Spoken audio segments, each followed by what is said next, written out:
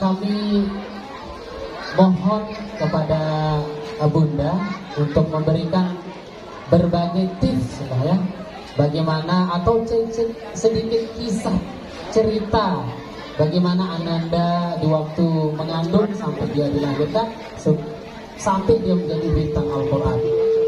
Ya, mungkin waktu ya waktu dan tempat disilakan untuk Bunda. Apa? Bismillahirrahmanirrahim. Assalamualaikum warahmatullahi wabarakatuh.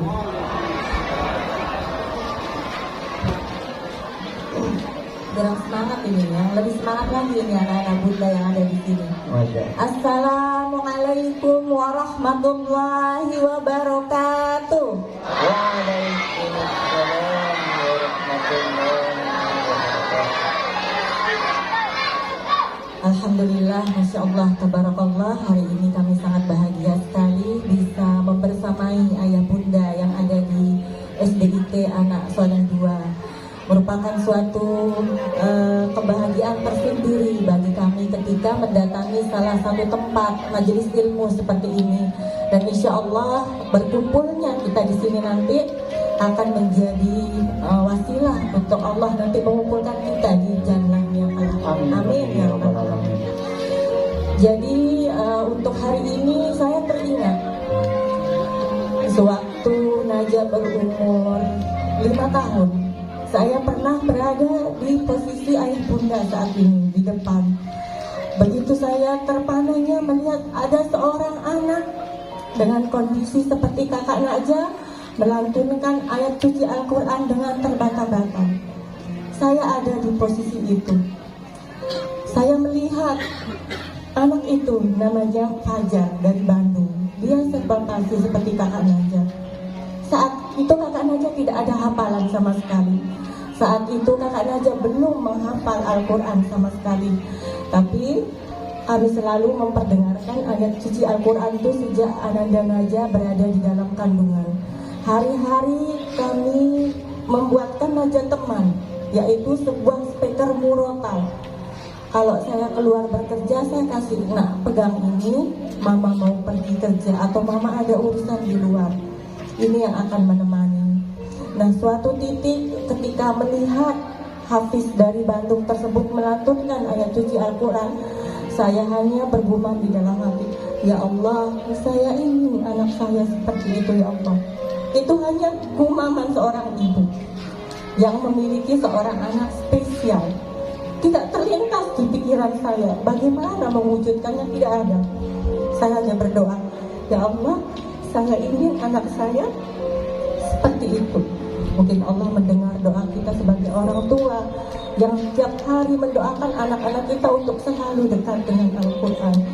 Maka kehadiran Ananda Najah di sini itu mari kita membuat diri kita menjadi lebih semangat lagi sebagai orang tua.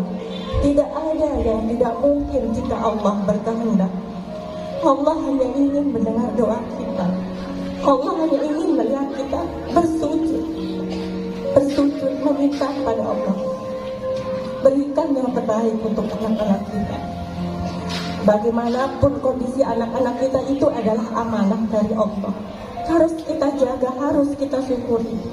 Sesusah apapun anak-anak kita dalam melantunkan ayat suci Al-Quran, itu jangan membuat kita merasa lemah. Jangan pernah berkata anak kita sulit dia menghafal Al-Quran. Anak saya tidak seperti anak yang itu. Anak saya tidak mampu menghafal Al-Quran. Tidak. Allah maha segala-galanya. Allah bisa memberikan keajaiban itu turun nanti di rumah-rumah Bapak yang ada di sini. Ketika kita membimbing anak kita untuk bersama dengan Al-Quran, tunggulah keajaiban itu. Ayah bunda akan merasakan bagaimana tenteramnya hati kita ketika kita mendengarkan anak kita melantunkan ayat suci Al-Quran. Tidak bisa kita ungkapkan dengan kata-kata. Prestasi dunia, alhamdulillah, menyenangkan prestasi dunia. Tapi kami mengajak di sini untuk ayah bunda yang asli. Mari sama-sama kita merasakan bagaimana kebahagiaan ketika anak kita melantunkan ayat suci Al-Quran. Ketika anak kita mencintai Al-Quran. Jangan pernah menyerah. Kakak Najah menghafal Al-Quran hanya dengan mendengar. Hanya dengan mendengar. Tidak bisa membaca sampai detik ini. Tidak bisa kita tunjukkan mushaf Al-Quran, baca Najah akan menggeleng. Tapi ketika kita sebutkan, coba bacakan di halaman ini, nomor ayat ini, di pojok atas, pojok bawah, maka Najah akan melafalkannya. Itu adalah kuasa Allah Subhanahu wa Ta'ala, bukan kehebatan Najah. Bukan juga kehebatan kami orang tuanya, oh bundanya hebat bisa mendidik, tidak. Sama semuanya, Allah berikan amanah itu kepada kita.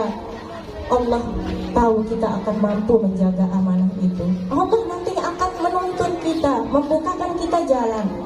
Yang penting kita tetap semangat, tetap mendoakan anak-anak kita, bagaimana agar anak-anak kita ini kita tanamkan Al-Quran sejak kecil. Karena apa? Karena nanti kalau udah waktunya anak-anak kita akan pergi meninggalkan kita.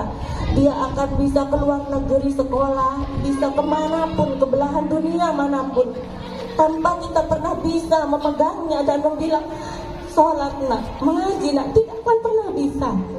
24 jam kita mengingatkan, tidak akan pernah bisa. Tapi ketika Al-Quran itu kita masukkan ke dalam hati anak kita, ketika kecintaannya terhadap Al-Quran sudah mendarah daging, karena kita mulainya dari kecil, insya Allah itulah yang akan menjaga nanti anak-anak kita. Kemanapun dia akan pergi, ada Al-Quran di hatinya yang akan menjaga dan akan menemaninya.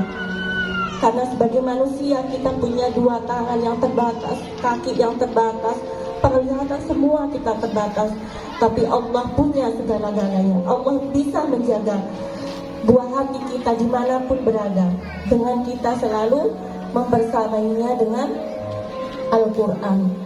Jadi jangan pernah merasa putus asa, jangan pernah berhenti berjuang ayah bunda. Al-Quran itu penting sekali, itu pedoman hidup. Karena Al-Quran itu benar-benar bisa menjaga anak-anak kita. Contoh kecilnya, kalau anak kita punya hafalan Al-Quran mau 1 juz, 2 juz, 3 juz, coba ayah bunda perhatikan. Ketika dia banyak bermain, ketika dia tidak fokus dengan Al-Qurannya, hafalannya kan hilang. Kenapa anak kita bisa lupa? Anak kita bukan lupa, Al-Quran yang tidak mau. Dia tidak mau bersama anak-anak yang belum fokus, akan hilang. Makanya lebih banyak kita beristighfar. Kenapa anak saya lupa terus? Kenapa tidak bisa fokus? Bukan tidak bisa dihafalkan. Al-Quran ingin anak-anak kita itu fokus, belajar, mengulang murojaah hafalannya, masukkan ke rumah tahfiz, ke sekolah-sekolah Islami seperti di SDIT Anak Soleh 2 ini. Karena dengan begitu lingkungannya akan terjaga. Sholatnya 5 waktu akan terus diingatkan oleh guru-gurunya di sekolah, mengajinya terus dibimbing sampai dia bisa tajwid dan lain sebagainya. Jadi bersyukurlah ayah bunda yang ada di sini yang menyekolahkan anaknya di SDIT Anak Soleh 2 ini. Karena ayah bunda tidak akan rugi. Di sini Islaminya bagus sekali, Al-Quran juga fokus ya. Jadi sekali lagi dari motivasi untuk kita semua bahwa Al-Quran itu tidak sulit ya. Al-Quran itu hanya ingin kita bersungguh-sungguh dan selalu istiqomah. Kuncinya hanya satu ayah bunda. Jangan pernah berpikir saya bukan hafiz Quran, saya bukan guru ngaji saya tidak bagus. Hei, apa kabar dengan saya? Kami juga orang tua Najah juga seperti itu. Kami bukan dari penghafal Al-Quran, mengaji kami saja baru setengah bagus. Kalau dulu seperti ayah bunda yang ada di sini, jadi selalu bisa nggak ya. Tapi masya Allah, Allah tunjukkan jalan, Allah kirimkan caranya. Yang setiap anak ternyata punya caranya tersendiri untuk menghafal Al-Quran. Dan mari kita sebagai orang tua kita bantu anak-anak kita, selain dapat di sekolah, di rumah juga kita bantu untuk dia mengulang hafalannya. Tidak ada kerugian sedikit pun ketika anak kita menghafal Al-Quran. Bahkan banyak sekali manfaatnya. Salah satunya adalah anak kita bisa sekolah kemanapun tanpa biaya. Anak-anak yang menghafal Al-Quran 30 juz itu di rumah pondok manapun kita masukkan, di Al-Azhar dimanapun direbut. Kalau sudah hafal 30 juz, gak akan kita mengeluarkan uang sepeser pun. Di kedokteran Undrang, anak hafal Al-Quran gratis, tidak ada biaya masuk. Kan masuk kedokteran mahal, ratusan juta, SPP-nya aja puluhan juta setiap tahun. Tapi untuk hafiz Quran tidak ada biaya sama sekali, masuk tanpa tes. Tapi tugasnya hanya satu, selain belajar harus murojaah hafalannya. Di Universitas Indonesia semua jurusan bebas untuk yang hafal Al-Quran 30 juz. Jadi nggak usah kita berinvestasi banyak-banyak untuk anak saya sekolah. Saya belikan tanah sekarang supaya nanti, nggak usah dulu seperti itu. Fokuskan aja Al-Qurannya. Niatkan ini untuk membantu meraih cita-citanya. Allah akan mudahkan. Keluar negeri di mana-mana tawaran masuk, mana yang hafal 30 juz, ayo lanjutkan S1 sampai S3 ke luar negeri, tidak ada biaya, transportasi ditanggung, visa ditanggung, tempat tinggal ditanggung. Nah seperti itu Allah memuliakan orang-orang yang memuliakan Al-Quran. Jadi tidak ada ruginya, malah banyak sekali manfaat-manfaat yang akan kita dapatkan seperti itu. Jadi bismillah, mulai sekarang saya yakin satu di antara kita yang ada di sini mungkin posisinya sama seperti saya waktu itu, yang pengen sekali anaknya hafal Al-Quran.